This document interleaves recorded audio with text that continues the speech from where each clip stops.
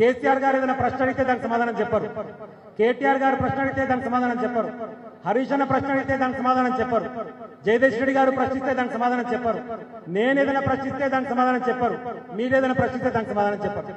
ఎవరు ఏది మాట్లాడినా వాళ్ళు మాత్రం ఎంతసేపు కేసీఆర్ మీద మాట్లాడాలి, నువ్వు లంగవు, నువ్వు దొంగవు, నువ్వు చేయబట్టే వచ్చింది, లేకపోతే హరీష్ రావు గారి మీద మాట్లాడాలి, లేకపోతే కేటీఆర్ గారి మీద మాట్లాడాలి, లేకపోతే జగదీష్ రెడ్డి గారు మాట్లాడాలి. 6వ తారీఖు ఏదో మీటింగ్ పెట్టుకుంటున్నా, మళ్ళీ మేనిఫెస్టో పెడతామన్నారు. పాత మేనిఫెస్టోకే దిక్కులేదురా నాయన అంటే ఇంకా కొత్త మేనిఫెస్టో ప్రకటిస్తాం మీటింగ్ పెట్టాడు. ఆ మీటింగ్ కాడికి పోయి కూడా మనల్ని విమర్శిస్తాడు, కరువు కారణం మీరే అంటారు. ఎట్లా నీళ్ళు తీసుకురావచ్చో కూడా కేసీఆర్ గారు చెప్తారు. నీకు చేత కాకపోతే నేను చేసి చూపిస్తా అని చెప్పేసి హరీష్ అన్న ఇంత ముందుకే చెప్పిండు, అసెంబ్లీ సాక్షిగా చెప్పాడు, నీకు చేత కాకపోతే దీపోరా నేను చేసి చూపిస్తా చేయాలి అని చెప్పేసి. కానీ వాళ్ళకు సోయి లేదు. వాళ్ళ సోయి అంతా మూటలు కట్టుకోవాలి, ముళ్ళ తీసుకుపోయి ఢిల్లీలో అప్పచెప్పాలి అనేటువంటి దాని మీద ఉన్న శ్రద్ధ రైతుల మీద లేదు. ఈ రోజు వరకు ఈ జిల్లాలో ఉన్నటువంటి మంత్రులు కనీసం సమీక్ష నిర్వహించలేదు వ్యవసాయ రంగం మీద, కనీసం రాష్ట్ర ముఖ్యమంత్రి వ్యవసాయ రంగం మీద సమీక్ష నిర్వహించలేదు.